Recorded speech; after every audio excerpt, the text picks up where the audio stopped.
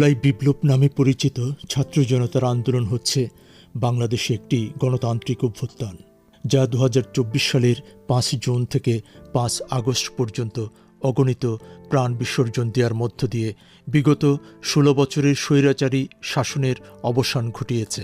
ঐতিহাসিক এই বিপ্লবের বিজয়ের সূচনা হয়েছিল সরকারি চাকুরিতে কোটা পদ্ধতি বাতিলের দাবির আন্দোলনের মধ্য দিয়ে। এটি পরে সরকারের কঠোর অবস্থানের কারণে আরও প্রবল হয়ে উঠেছিল, যা ২০২৪ সালের ৫ আগস্ট চূড়ান্ত রূপ লাভ করে। প্রায় ১৫০০ মানুষকে হত্যার প্রেক্ষিতে বিগত প্রায় ১৫ বছরেরও বেশি সময় ধরে দেশকে শাসন করার পর প্রধানমন্ত্রী শেখ হাসিনা পদত্যাগ করে ভারতে পালিয়ে যান। ২০২৪ সালের জুলাই মাস, এই সময়টা ছিল বাংলাদেশের ইতিহাসে এক অনন্য অধ্যায়। হঠাৎ করেই নয়, বহুদিনের জমে থাকা ক্ষোভ, হতাশা ও অনাচারের বিরুদ্ধে ধীরে ধীরে পুঞ্জীভূত হওয়া একটি প্রতিবাদ একসময় যা ছাপিয়ে যায় সীমারেখা। এই আন্দোলন শুধু শিক্ষার্থীর নয়, বরং লক্ষ লক্ষ মানুষের ঐক্যবদ্ধ প্রতিবাদ ও স্বপ্নের প্রতীক হয়ে ধরা দেয়। সুপ্রিয় শ্রোতা বন্ধু, আজ ৮ জুলাই ২০২৪ সালের এই দিনে বিপ্লবী শিক্ষার্থীরা ঢাকার ১১টি স্থানে অবরোধ কর্মসূচি, ৯টি বিশ্ববিদ্যালয়ে বিক্ষোভ, ৬টি মহাসড়ক সহ ৩টি স্পটে রেলপথ অবরোধ করে। চট্টগ্রামের ১৬ শহরে অবরোধ সমাবেশ হয় অনুরূপ দাবিতে। বৈষম্য বিরোধী ছাত্র আন্দোলনের ব্যানারে ৬৫ সদস্যের কমিটি গঠন করে ২৩ জনকে সমন্বয়কের দায়িত্ব দেয়া হয় আজকের এই দিনে। সুপ্রিয় শ্রোতা বন্ধু, এখন আমরা ফিরে যাব ২০২৪ সালের জুলাইয়ের রক্তাক্ত ইতিহাস রচনা করে, যে বিপ্লবীরা আমাদের এনে দিয়েছে একটি বৈষম্যহীন মানবিক সমাজ ও গণতান্ত্রিক রাষ্ট্র গড়ার ঐকান্তিক প্রত্যয়। সেই অগ্নিময় সময়ে রাজপথে নেতৃত্ব দানকারী ছাত্র জনতার মুখোমুখি। প্রিয় শ্রোতা, এখন আপনারা শুনবেন ২৪-এর রক্তাক্ত আন্দোলনে সমুদ্র জনপদ কক্সবাজারের রাজপথে যারা কালজয়ী নেতৃত্ব দিয়েছেন সেই লড়াকু ছাত্র জনতার সাক্ষাৎকার।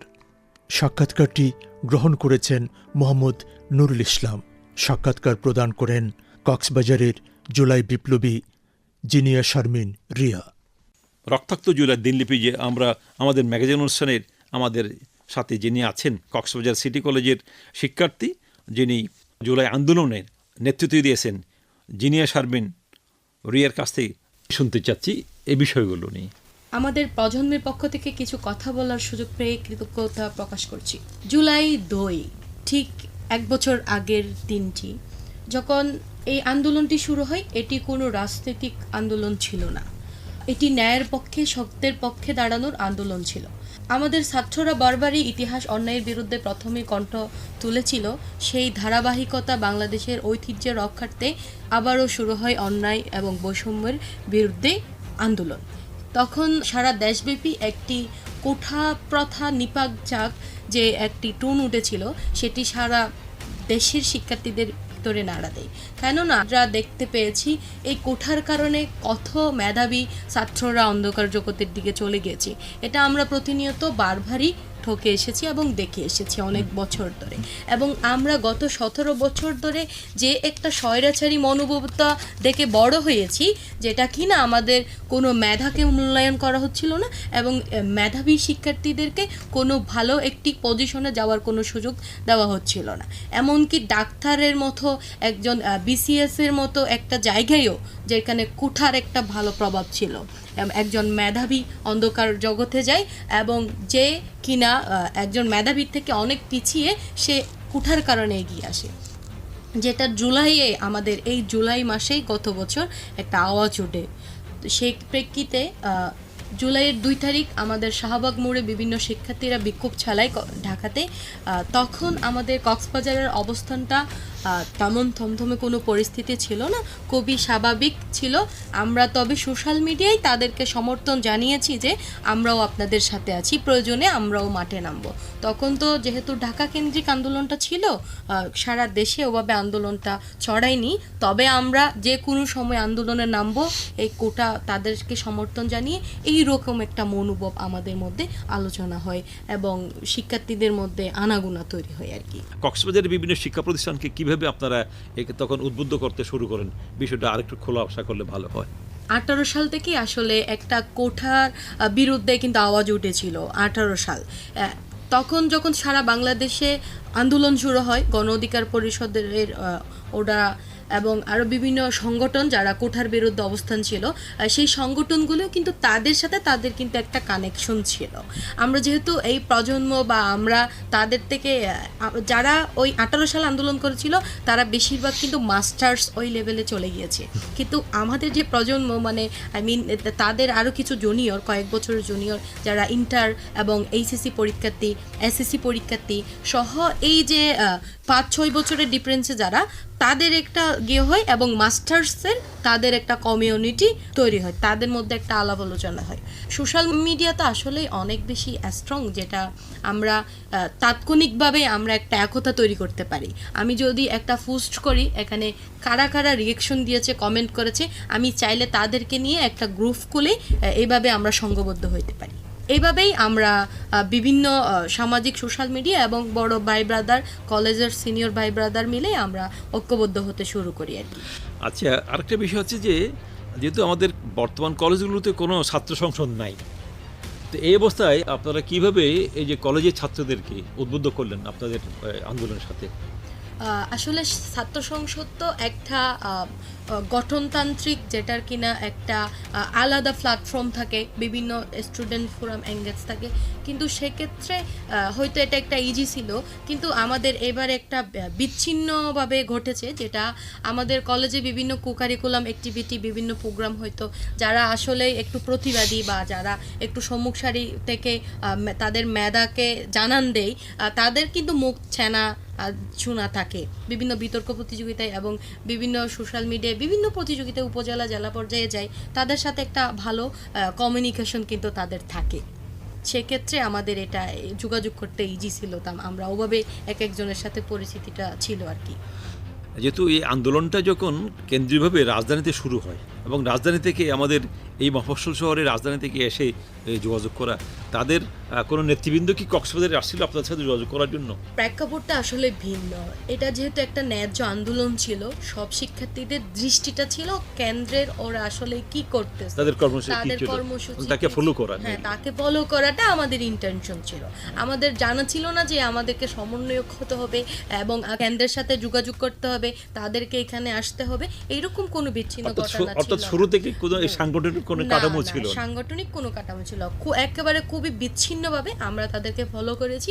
তাদের একটা ফেস ক্রিয়েট করা হয়েছে, সোশ্যাল মিডিয়ায় আমরা ফলো করতে শুরু করি, তারা কি দিচ্ছে, এর পরবর্তী কর্মসূচি কি হিসাবে হতে পারে, সেই প্রেক্ষিতে আগাই। যখন আসলে মোড় ঘুরে গেছে লাস্টের দিকে, তখন আলাদা একটা প্ল্যাটফর্ম তৈরি করেছে বৈষম্য বিরোধী ছাত্র আন্দোলন, কিন্তু প্রথমে বিচ্ছিন্নভাবে কোনো প্ল্যাটফর্মই ছিল না, শুধু সাধারণ শিক্ষার্থীদের আন্দোলন বলেই আমরা ন্যায্য দাবির পক্ষে একটা আওয়াজ ছিল আমাদের মনের প্রাণ থেকে। যেহেতু আমরা তখন আন্দোলন শুরু করি নাই, তবে এই যে বললাম আমরা সোশ্যাল মিডিয়া সমর্থন করেছি এবং বিভিন্নভাবে আমরা তাদেরকে সমর্থন জানিয়েছি। কোটা বিরোধী আন্দোলন যখন শুরু হয়, বৈষম্য বিরোধী যে পরবর্তী নাম ধারণ করলো, তখন তো চিন্তা করতে পারেন রক্তাক্ত হতে পারে, কি চিন্তা করেছিল, মাথায় ছিল আপনাদের? না, বৈষম্য বিরোধী প্ল্যাটফর্মটা হয় রক্তাক্ত হওয়ার পরে, কেননা যখন 16 তারিখ যে আবু সাইদ মারা গেল, একজন যারা আমাদেরকে প্রটেক্ট করবে তারাই কিন্তু আমাদের দিকে করে গুলিগুলো মেরেছে, যেটার কারণে পুরো একটা ছাত্র সমাজের মনে আড়ম্বনা শুরু হয় যে আমার দেশ আসলে কোথায়, আমার দেশ কার হাতে, এবং আমাদের আরও প্রশ্ন জাগে আমাদেরকে কারা প্রটেক্ট করবে, আমাদের নিরাপত্তা কোথায়, এবং আরও আদার্স অনেক ইস্যু আমাদের ছাত্রদের মধ্যে বিড়ম্বনা তৈরি করে, যেখানে আমাদেরকে একটা বিপ্লবী হওয়ার একটা তেজ তৈরি করেছে মনের থেকে। এই যে আবু সাইদ 2 হাত প্রসারিত করে তার বিপ্লবের পরিচয় ছিল। আমরা যদি আসলে বলি এই বিপ্লবের ম্যাগনেট তারাই, যাদেরকে দেখে আমরা অনুপ্রেরণা হয়েছি, এবং তারাই ম্যাগনেট যারা রক্ত জড়িয়ে আমাদেরকে সাহস জুগিয়েছেন, এবং এখানে এই বিপ্লবের ম্যান্ডেট তারাই যারা পুঙ্গত্ব বরণ করেছেন, হাত পা ফেলে দিয়েছেন, তাদের চোখ অন্ধ হয়ে গেছে। এরাই আসলে আমাদের একটা বিপ্লবী তৈরি করার এই সাহসগুলো জুগিয়েছে। প্রিয় শ্রোতা, এতক্ষণ আমরা জুনিয়র জুলাই বিপ্লব সম্পর্কে যে প্রত্যক্ষ অংশগ্রহণকারী হিসেবে তার বক্তব্য শুনলাম। আমরা আশা করব বাংলাদেশের ভবিষ্যতে আগত সরকারগুলো জুলাই আন্দোলন বা জুলাই বিপ্লবকে স্মরণ করবে এবং যথাযথ মূল্যায়ন করবে। 24-এর অগ্নিগর্ভ জুলাই বিপ্লব, এটি ছিল সংগঠিত, শান্তিপূর্ণ ও সচেতনভাবে পরিচালিত একটি কর্মসূচি। মিছিলগুলোতে স্লোগানের পাশাপাশি বক্তব্যের প্রাধান্য ছিল বেশি।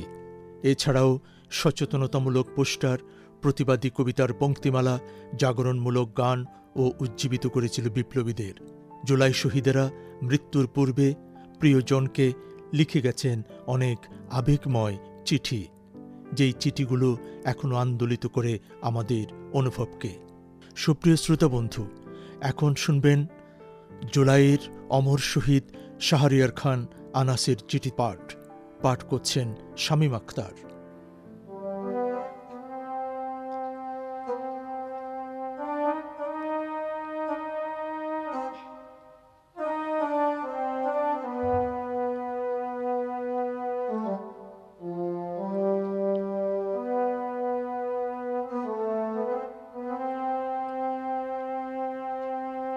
মা, আমি মিছিলে যাচ্ছি। আমি নিজেকে আর আটকিয়ে রাখতে পারলাম না। সরি আব্বুজান, তোমার কথা অমান্য করে বের হয়ে পড়লাম। স্বার্থপরের মতো ঘরে বসে থাকতে পারলাম না। আমাদের ভাইরা আমাদের ভবিষ্যৎ প্রজন্মের জন্য কাফনের কাপড় মাথায় বেঁধে রাজপথে নেমে সংগ্রাম করে যাচ্ছে, অকাতরে নিজেদের জীবন বিসর্জন দিচ্ছে। একটি প্রতিবন্ধী কিশোর, 7 বছরের বাচ্চা, ল্যাংড়া মানুষ যদি সংগ্রামে নামতে পারে, তাহলে আমি কেন বসে থাকবো ঘরে? একদিন তো মরতেই হবে। তাই মৃত্যুর ভয় করে স্বার্থপরের মতো ঘরে বসে না থেকে সংগ্রামে নেমে গুলি খেয়ে বীরের মতো মৃত্যু অধিক শ্রেষ্ঠ। যে অন্যের জন্য নিজের জীবনকে বিলিয়ে দেয়, সেই তো প্রকৃত মানুষ। আমি যদি বেঁচে না ফিরি, তবে কষ্ট পেও না, গর্বিত হয়েও জীবনের প্রতিটি ভুলের জন্য ক্ষমা চাই। আনাস। প্রিয় শ্রোতা বন্ধু, বাংলাদেশ বেতার কক্সবাজার কেন্দ্র থেকে প্রচারিত রক্তাক্ত জুলাইয়ের দিনলিপির শেষ পর্যায়ে চলে এসেছি আমরা। আজকের অনুষ্ঠান থেকে আমরা বুঝলাম 24 জুলাই বিপ্লব বাঙালি জাতির জন্যে এনে দিয়েছে বৈষম্যহীন, গণতান্ত্রিক, মানবিক সমাজ গড়ায় পরিবর্তনের এক মহাসড়ক। দ্রোহ এবং সংগ্রামের এই পথরেখা তৈরিতে যারা শহীদ হয়েছেন, সেই কালজয়ী কীর্তিমানদের গভীরভাবে স্মরণ করেই শেষ করছি রক্তাক্ত জুলাইয়ের দিনলিপি।